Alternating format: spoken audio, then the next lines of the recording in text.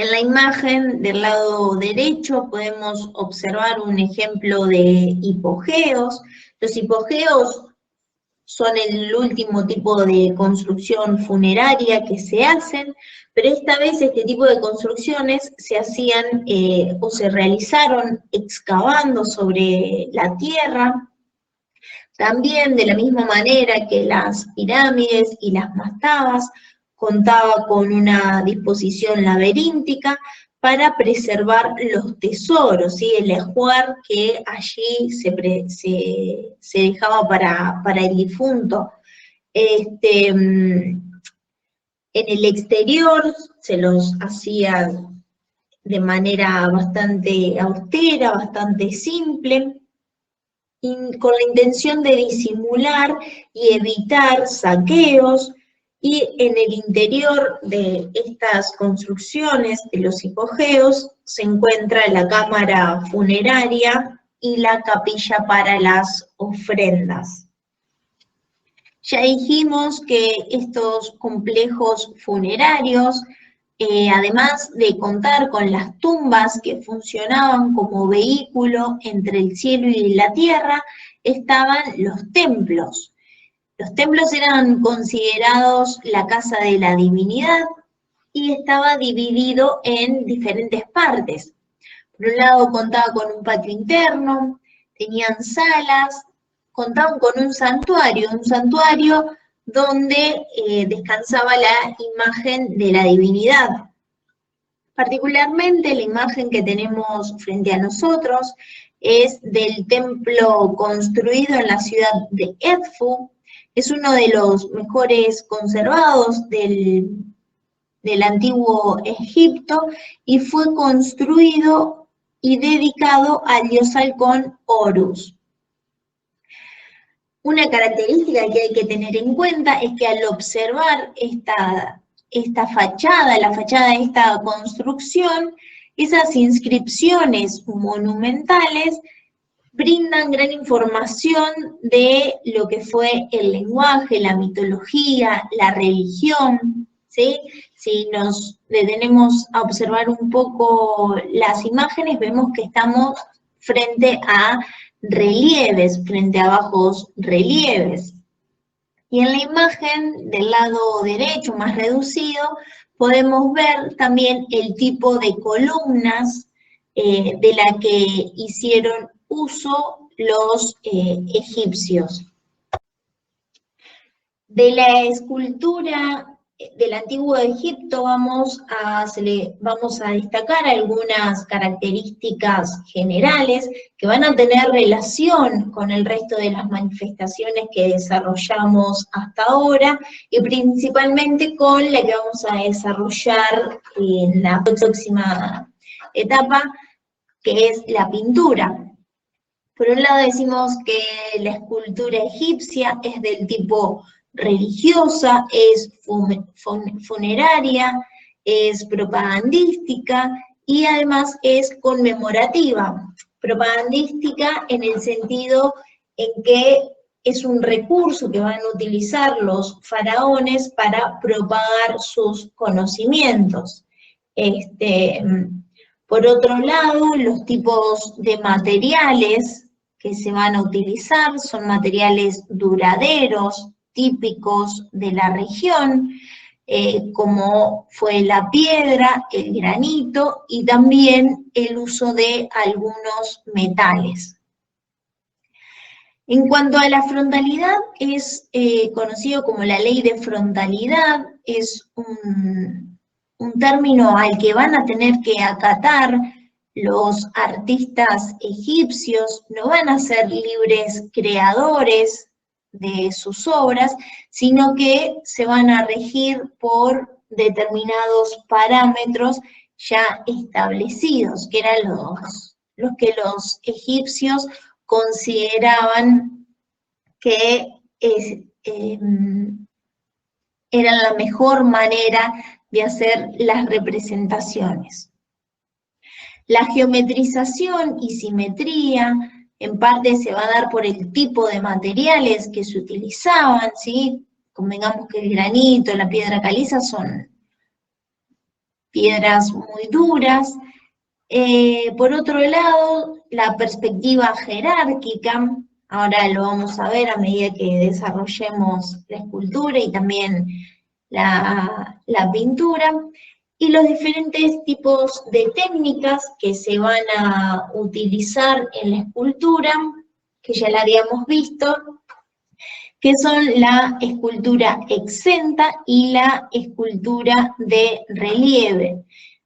Dentro de las esculturas de relieve vamos a encontrar las de alto relieve, bajo relieve y hueco relieve.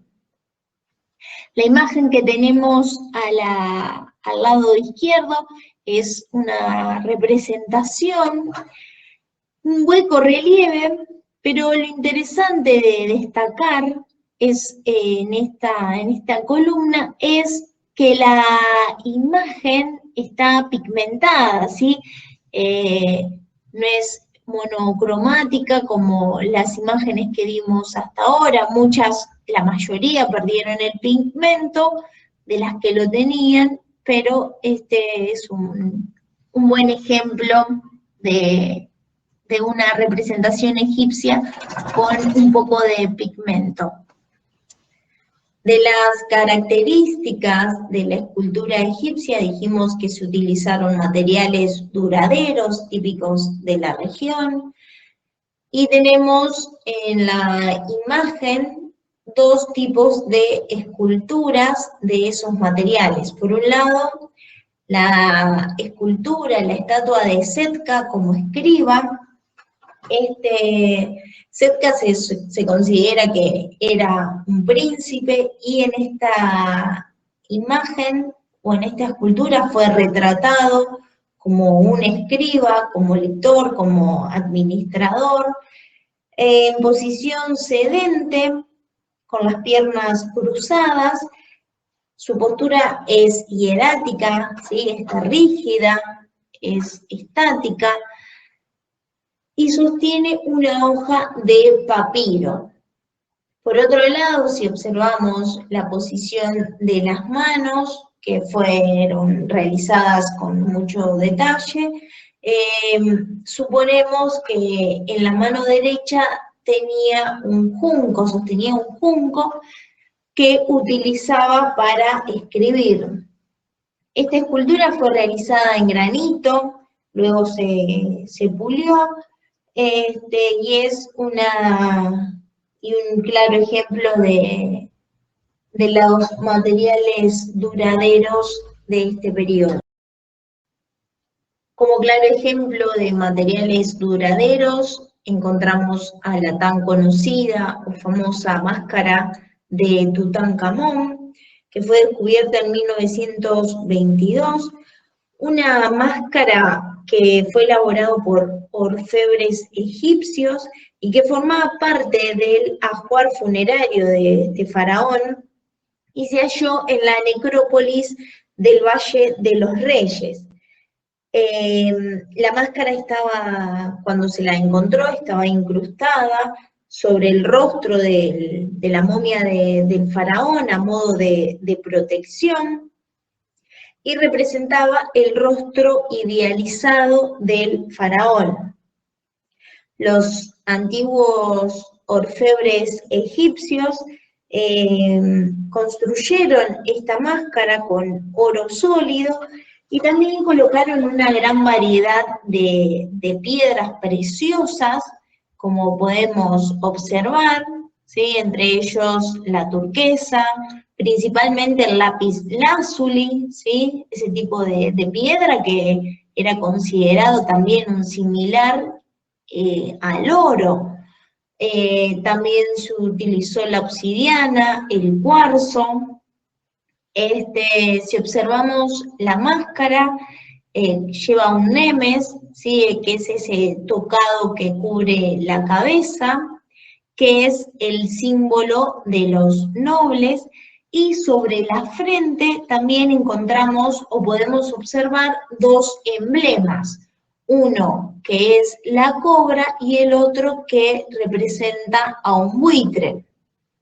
Lo que esto está significando que el faraón reinaba en el Alto Egipto y en el Bajo Egipto. Acá lo principal de destacar es el uso del metal, del oro, que se hizo en esta máscara. También decimos que la escultura egipcia era geométrica, respondía a los parámetros de la ley de frontalidad, que era simétrica. En este sentido, en la simetría, los egipcios recurrieron a esta posibilidad para lograr cierto equilibrio y armonía en las esculturas de una manera bastante sencilla. Entonces fue frecuente el uso de la simetría en las distintas manifestaciones, como lo fue en la pintura, como lo fue en la arquitectura, como lo es en la escultura.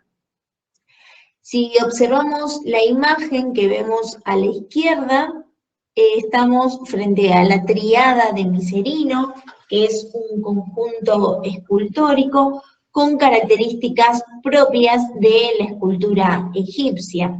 Estamos frente a un alto relieve que por la rigidez de los personajes y la manera en que están representados, por ejemplo, la línea recta sobre los hombros y las caderas, estamos hablando de un hieratismo, ¿sí? Una de las características que ya nombramos propias de la escultura egipcia.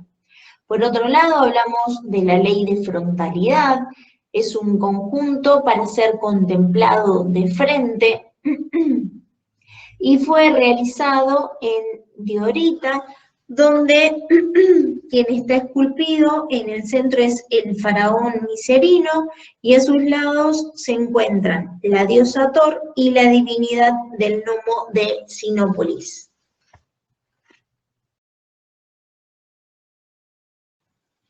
La conservación de los cuerpos a través de los procesos de momificación no eran suficientes.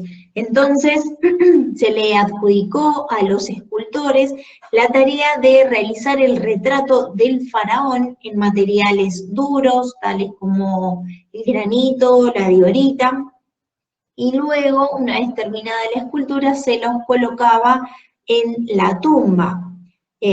Por ello, los egipcios van a denominar a los escultores como el que mantiene vivo. Hay que destacar también que los escultores no trataban de halagar a sus modelos, sino que intentaban rescatar los aspectos esenciales.